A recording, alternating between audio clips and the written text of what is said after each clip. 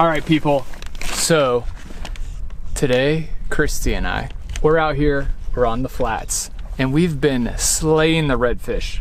But I wanted to take a second, and I'm like rummaging through my heavily disorganized tackle box here, and I want to do a quick little like tidbit, just kind of like showing you guys some stuff, just to make sure that you guys are ready for this fall. And fall speckled trout fishing and red fishing in our inshore waters from Virginia, Florida, Texas is about to go off. So wanted to do this quick video for y'all. This is what we have in our tackle box for speckled trout, redfish, and all of our inshore fish going into the fall. One of the primary things that we're going to be using that I want to talk first about is shrimp. So this right here, this is a 1/8 ounce jig head on a shrimp. We're up here in these flats in about 2 to 3 feet of water. And so all of our inshore fish are really gonna be keying in on shrimp and finger mullet, as well as menhaden or bunker, and peanut bunker is what we call them. So between shrimp, mullet, and bunker, which is a lot of the bait that's gonna be back in here. So that's why we use shrimp. Shrimp right here, this is a Z-Man. This is the Easy, what is this thing called? This is the Easy Shrimp Z, the root beer and chartreuse. This right here is probably one of our most used in the early fall or like late summer, is what we're using, is a shrimp pattern. Underneath of a popping cork and also straight to a jig head. Underneath of a popping cork is deadly. If you're fishing it underneath of a popping cork, we have one of our rigs right here. This is a 1/4 ounce jig head, and it's actually gotten a little torn up because we've been catching redfish all day on it. But yeah, just like a popping cork. This right here is gonna be one of your main like staple tools that you guys wanna be using, is a popping cork in late summer. Because these speckled trout and redfish, they're gonna be coming up here on these flats, and that's what they're gonna be keying in on, is these shrimp and finger mullet. So I like to use a 1/4 ounce jig head.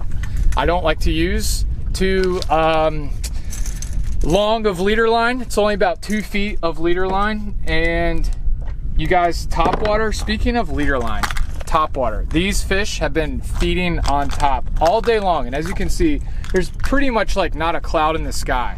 So there's a lot of rules that people put on fishing, like you can only use, case in point, right there, that was crazy, big fish right near the boat that just blew up on top. Case in point. Thank you, fish. I'm gonna pay you your $20 at the end of this video for proving my point for me.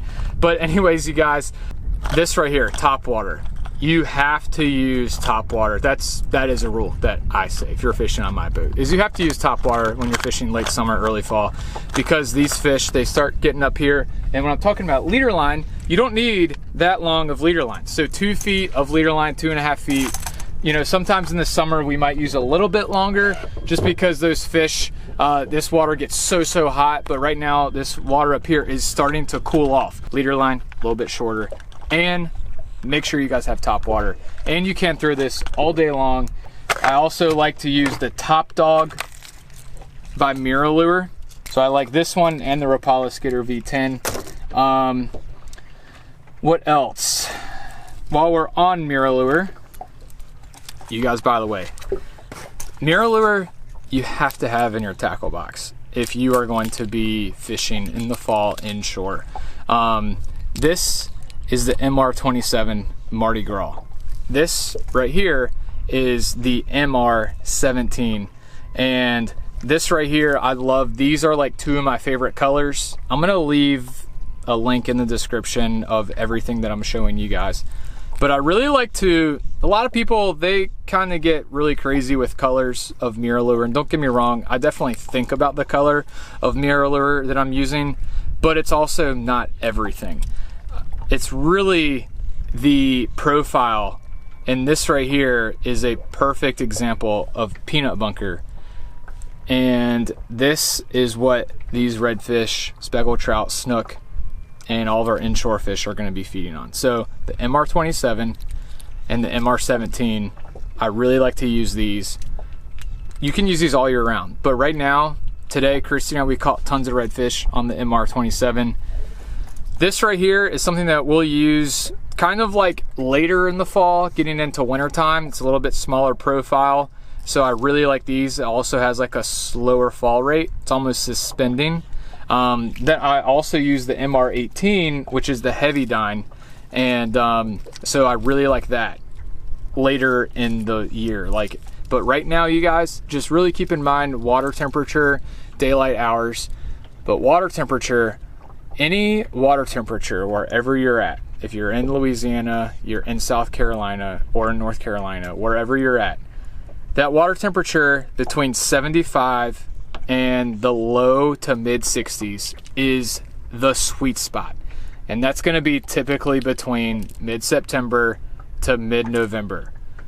If you're down south, lucky you, because that actually gets even into December, is like prime time fishing. So that's when these fish are going to be like gorging themselves. That's when they're gonna be in just all out bulking season and eating whatever they can eat. I have Z-Man, the shrimp, we have Mirrolures, we use these diesel MinnowZs. If you guys are trolling from a kayak, so if y'all are trolling from a kayak, the diesel MinnowZ, this right here is a great option. Just put this on a 3/8 ounce. If you're trolling from a kayak and you've got two rods, I would recommend doing a 3/8 ounce on one and a 1/4 ounce on another, and just barely, you don't have to go too fast. But the trolling bite on kayaks, and people even do it on a boat, I don't hate on it. I mean, it's great, puts fish in the cooler. And so the diesel MinnowZ is awesome for trolling. Also, if you are trolling, this is my favorite. I load up on these from Mirrolure. This is the 808. This right here is the tiny trout pattern, the TT. And this is something that I absolutely love to use trolling, fishing from a kayak. If I'm trolling behind my kayak, I don't know what it is about this and how, like, just the way that it swims in through the water, it's got a slight wobble to it. This is like the best lure for trolling. If you guys have never trolled for speckled trout off of a kayak, then you're totally missing out. All right, so some other Z-Mans I like to use and some other baits. You guys, if you guys been following this channel for a while, if y'all have been, then you will observe that Christy and I, we don't really fish Berkeley gulp anymore. It's really expensive, and this is just unbiased, totally unbiased, you guys. Like, Z-Man, it just works, and it lasts way longer. We primarily just use Z-Man for our soft plastics, just because A, it gets the job done, and whatever gets the job done, that's what we're gonna fish.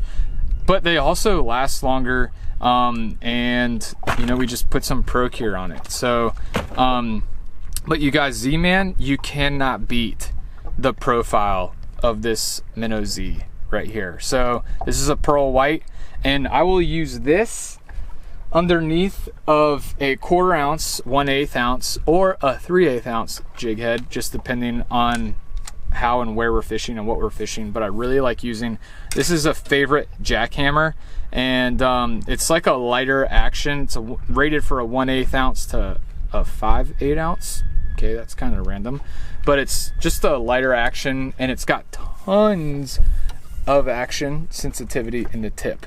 So we really, really love these. These are kind of like our samurai swords here. Plus it just kind of looks cool.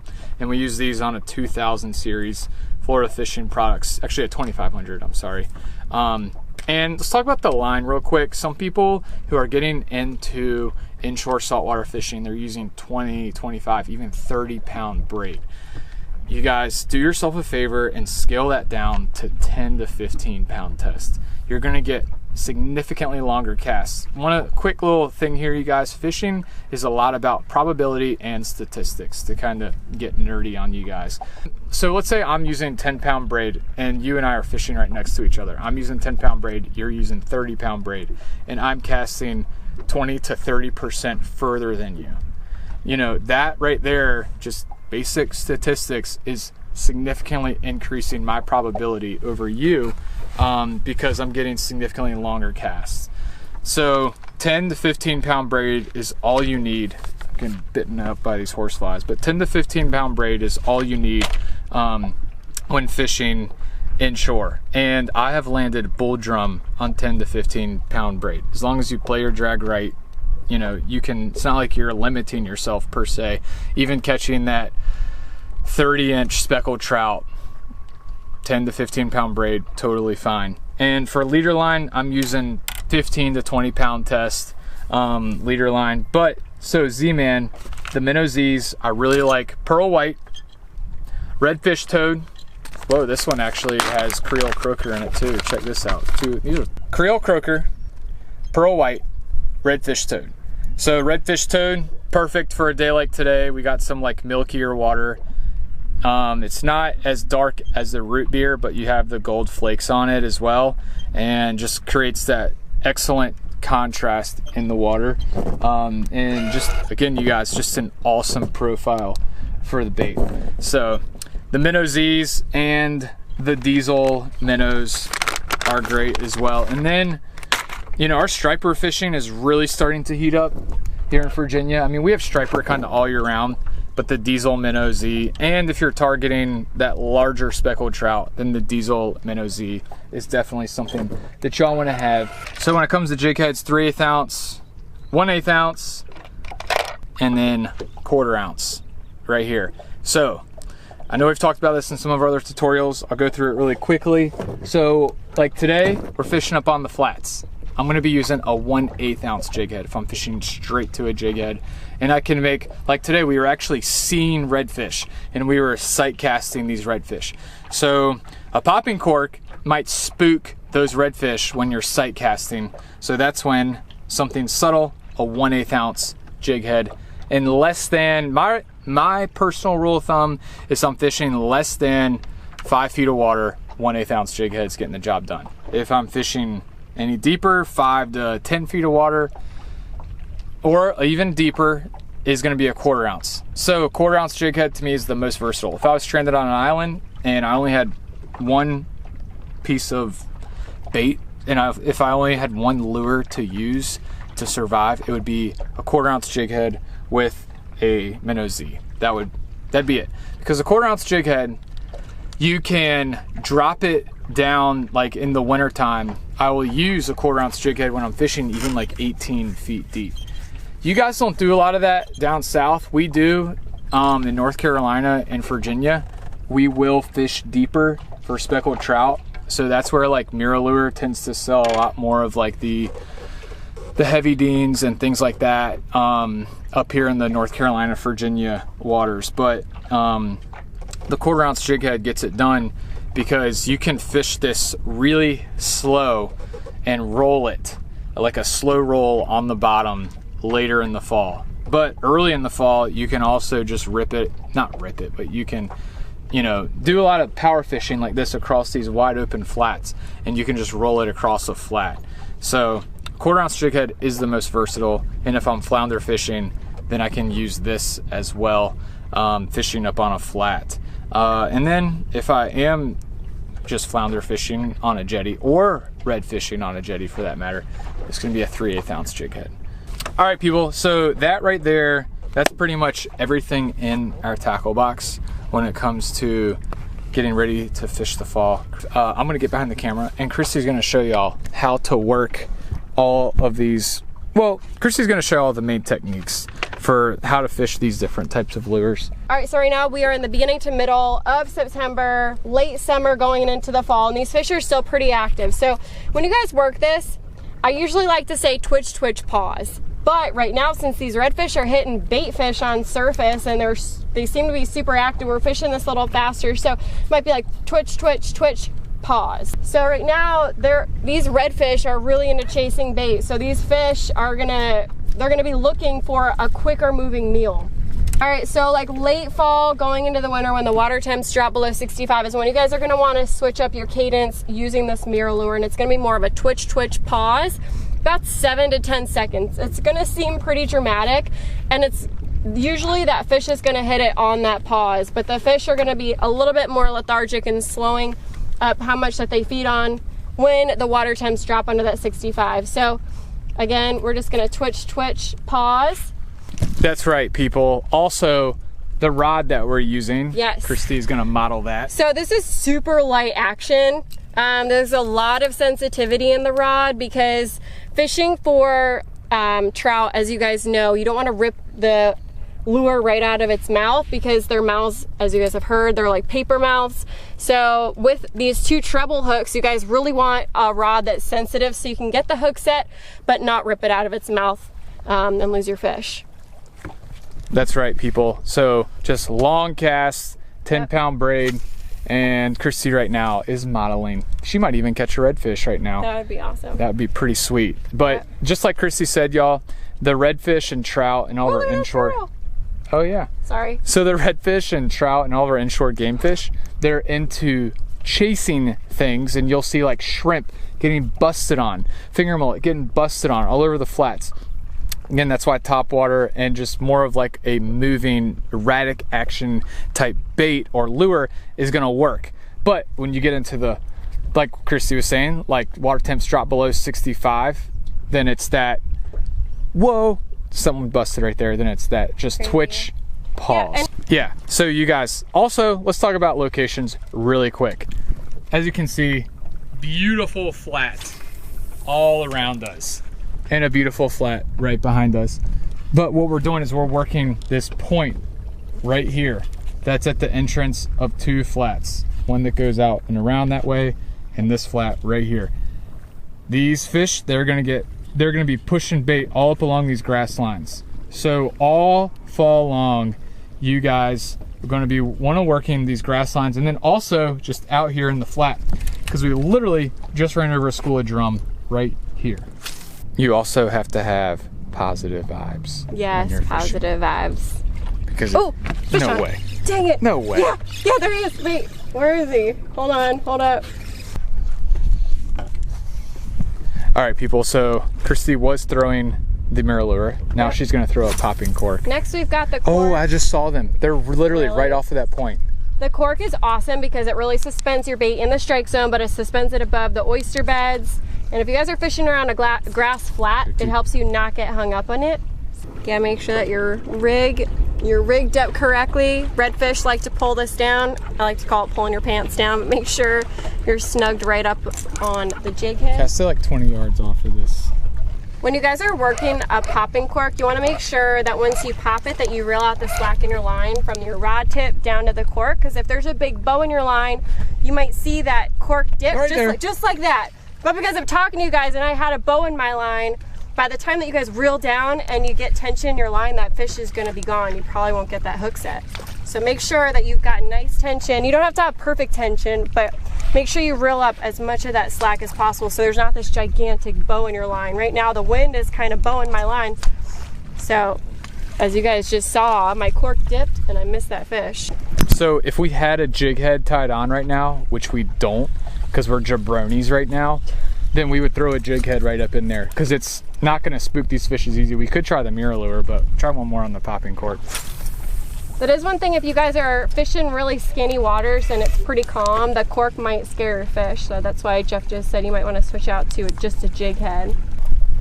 All right, people, so there it is. Hopefully this video helps y'all somewhat for catching these fishies, getting into late summer and the fall, because it is about to go off. I know a lot of people just think, oh, it's summertime, that's when you saltwater fish.